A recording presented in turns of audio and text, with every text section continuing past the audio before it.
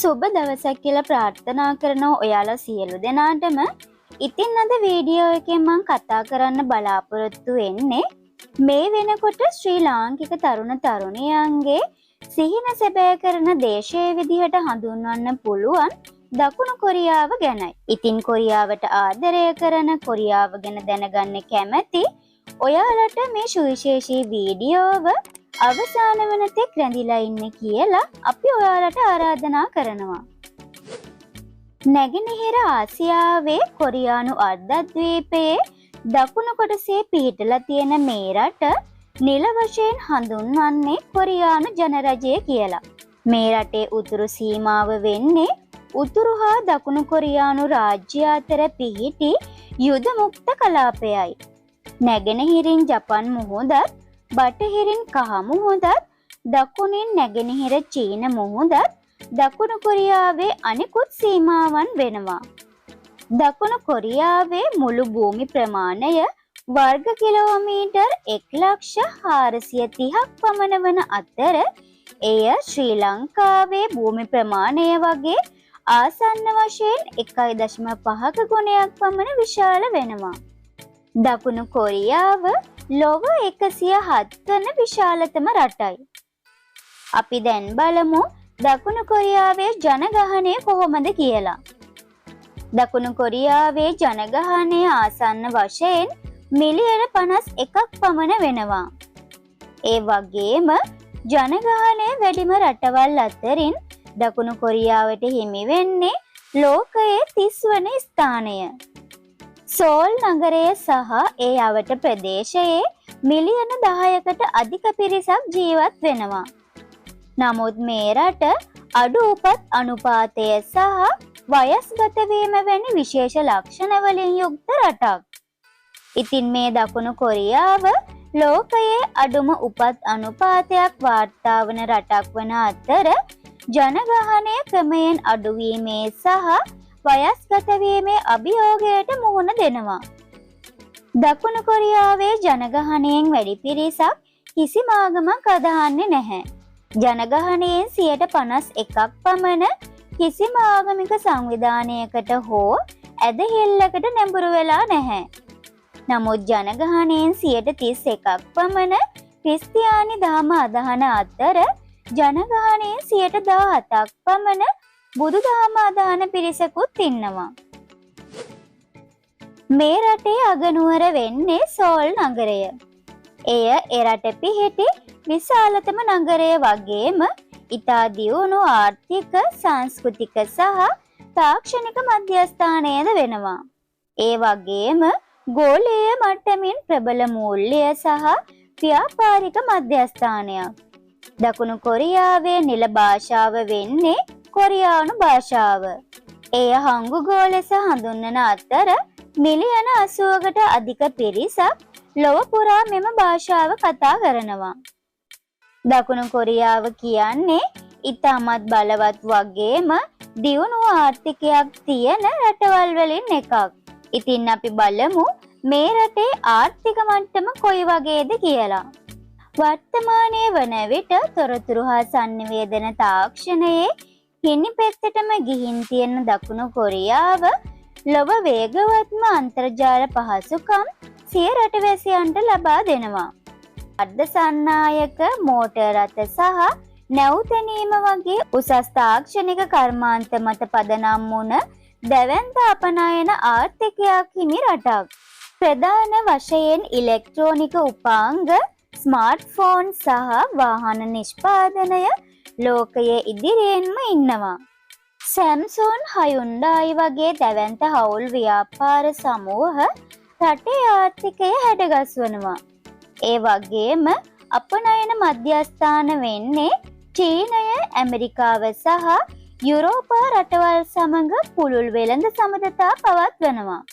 වර්තමාන අභියෝගතා විදිහට දකුණු කොරියාව ලෝකයේ අඩුම උපත් අනුපාතය වාර්තා වෙන රටක් වීම නිසා අනාගතයේදී ශ්‍රම බලකය අඩුවීමේ අවදානමක් මේ රට තුළ පවතිනවා. ඉතින් මේ හේතුව නිසා රටේ ආර්ථිකයට විශාල අභියෝගයක් එල්ල වෙලා තියෙනවා. IMF වාර්තාවට අනුව 2025 වන විට රටේ දළදේශීය නිෂ්පාදිතය ඇමරිකානු ඩොලර් බිලියන 1.9ක් පමණ වෙනවා. එය ලොව 15 වන ආර්ථිකයයි. රටේ ඒක පුද්ගල ආදායම ඇමරිකානු ඩොලර් 37,412ක් පමණ වෙනවා. ඒ අනුව ලෝකයේ 37 වන ඒක පුද්ගල ආදායම වැඩිම රටද වෙනවා. රටේ පවතින නිල මුදල් ඒකකය වෙන්නේ කොරියානු වොන් කියන මුදල් ඒකකය. දකුණු කොරියාව කියන්නේ මානව සංවර්ධනය අතින් ලෝකයේ ඉදිරියෙන්ම ඉන්න රටක්. නවතම වාර්තාවලට අනුව ඔවුන්ට ලෝකයේ 20 වන ස්ථානය තමයි හිමි වෙලා තියෙන්නේ. දකුණු කොරියාවේ අධ්‍යාපනය ගැන කතා කරනවා නම් දකුණු කොරියානු අධ්‍යාපන ක්‍රමය කියන්නේ ලෝකයේ දැඩි තරඟකාරී සහ ඉහළම මට්ටමක පවතින ක්‍රමවලින් එකක්. එය මූලික පාසල් අධ්‍යාපනය, දැඩි විභාග ක්‍රම සහ උසස් තාක්ෂණික විශ්වවිද්‍යාලවලින් සමන්විත වෙනවා. කොරියානු අධ්‍යාපනය සඳහා කොරියාව තුළ ප්‍රධාන තැනක් දෙන අතර එය කොරියානු සමාජය තුළ සමාජ තත්ත්වයේ මැන බලන ප්‍රධාන මිනුම් ඒකකයක්. විශේෂයෙන්ම හොඳ රැකියාවකට වගේම හොඳ විවාහයක් කර ගැනීමටත් කොරියාව තුළ අධ්‍යාපනයෙන් ඉහළට යෑම අනිවාර්ය වෙනවා. අපි දැන් බලමු ලාංකිකයන්ට තියෙන රැකියා අවස්ථා ගැන. ශ්‍රී ලාංකිකයන් සඳහා දකුණු කොරියාවේ රැකියා ලබා ගැනීමට ඇති ප්‍රධානතම සහ නීත්‍යානුකූල මාර්ගය වෙන්නේ ශ්‍රී ලංකා විදේශ සේවා නියුක්ති කාර්යාංශය සහ දකුණු කොරියානු රජය ඒකාබද්ධව ක්‍රියාත්මක කරන EPS වැඩපිළිවෙලයි. දකුණු කොරියානු රැකියා ශ්‍රේෂ්ඨය වීසා කාණ්ඩ මූලික සුදුසුකම් සහ වැටුප් පිළිබඳ සම්පූර්ණ විස්තර මන් දැන් කියන්නම්. ප්‍රධාන වීසා කාණ්ඩ සහ රැකියා ශ්‍රේෂ්ඨ ගැන කතා කරනවා නම් E9 වීසා එක යටතේ නිෂ්පාදන, ඉදිකිරීම්, කෘෂිකර්ම, දීවර සහ සේවා යන ශ්‍රේෂ්ඨ සඳහා ශ්‍රමිකයන් බඳවා ගන්නවා. E8 වීසා එක යටතේ කෘෂිකාර්මික සහ දීවර ශ්‍රේෂ්ඨවල කෙටිකාලීන හිගයන් පියවීම සඳහා මාස 5 සිට 8 දක්වා කාලයකට ලබා දෙන වීසා කාණ්ඩයක්. E7 වීසා කියන්නේ ඉහළ වෘත්තීය සුදුසුකම් සහ වෙල්ඩින් වගේ විශේෂ කාර්මික පුහුණුවක් තියෙන අය සඳහා වෙන් කරලා තියෙනවා. මූලික සුදුසුකම් විදිහට වයස අවුරුදු 18ත් 39ත් අතර වෙන්න ඕන. සාමාන්‍ය E9 වීසා සඳහා විශේෂ උසස් අධ්‍යාපන සුදුසුකම් අවශ්‍ය වෙන්නේ නැති වුණත් කොරියානු භාෂා ප්‍රවීණතාවය අනිවාර්ය වෙනවා. ඒ වගේම උසාවියකින් දඩුවම් ලැබූ අයෙකු නොවීම සහ ලංකාවෙන් පිටවීම තහනම් කරලා තියෙන්නත් බැහැ. දකුණු කොරියාවට යනවා නම් සෞඛ්‍ය තත්ත්වය කොහොමද කියලා බලන එක අනිවාර්ය වෙනවා. ඒ අනුව වර්ණන්දතාවය හෝ ඇඟිලි කොන්දේ ආබාධ නැති ශාරීරිකව සෞඛ්‍ය සම්පන්න අයෙකු වෙන්නත් ඕන. කොරියානු නීතියක් විදිහට මීට පෙර දකුණු කොරියාවේ නීති විරෝධී විදිහට හිටපු අයෙකු වෙන්නත් බැහැ. බඳවා ගැනීමේ ක්‍රියාවලිය විදිහට ශ්‍රී ලංකා විදේශ සේවා නියුක්ති කාර්යාංශය මගින් නිල වශයෙන් පවත්වන EPS ටොපික් කොරියානු භාෂා විභාගයෙන් ඉහළ ලකුණු ලබා සමත් වෙන්නත් ඕන. වැටුප් සහ දීමනා ගැන කතා කරනවා නම් දකුණු කොරියාවේ අවම වශයෙන් මූලික වැටුප මාසයකට කොරියානු වොන් 21,56,880ක් පමණ වෙනවා. අතිකාල දීමනා සහ අමතර සේවය සමග සාමාන්‍යයෙන් ශ්‍රමිකයෙකුට මාසයකට රුපියල් 5,00,000 සිට 7 දක්වා උපයා ගන්න පුළුවන්. මීට අමතරව නවාතැන් රක්ෂණ සහ සේවය නිමවී පැමිණීමේදී හිමිවන පාරිපෝෂිත දීමනා සේවා යෝජකයා විසින් සපයන්න ඕන.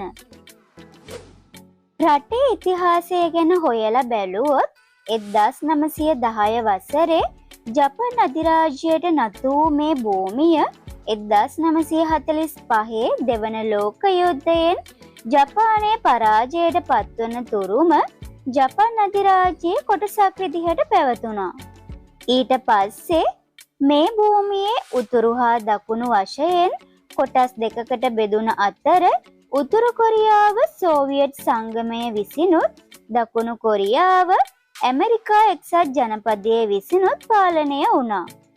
නැවත එක්සත් වීම සඳහා කරපු සාකච්ඡා අසාර්ථක වුණ නිසා 1948 දී වෙනම රාජ්‍යයන් දෙකක් බිහි වුණා. 1950 දී උතුරු කොරියාවෙන් චීනයේ සහ සෝවියට් සංගමයේ සහයෝගය ඇතිව දකුණු කොරියාවට එරෙහිව යුද වැදුන අතර එහිදී දකුණු කොරියාවට ඇමරිකා එක්සත් ජනපදයේ සහයෝගය ලැබුණා. ඉතින් අවුරුදු 3ක් පුරාවට පැවතුන මේ යුද්ධය නිසා ඇමරිකානුවන්ට සහ කොරියානුවන් විශාල ප්‍රමාණයකට ජීවිතය අහිමි වුණා. ඉතින් මේ වීඩියෝව හොඳයි නම් ලයික් කරන්න. යාළුවන්ටත් බලන්න ෂෙයා කරන්න. මේ වගේ වටිනා වීඩියෝ ඉදිරියටත් නරඹන්න අපේ channel එක subscribe කරලා නැත්නම් දැන්ම subscribe කරන්න.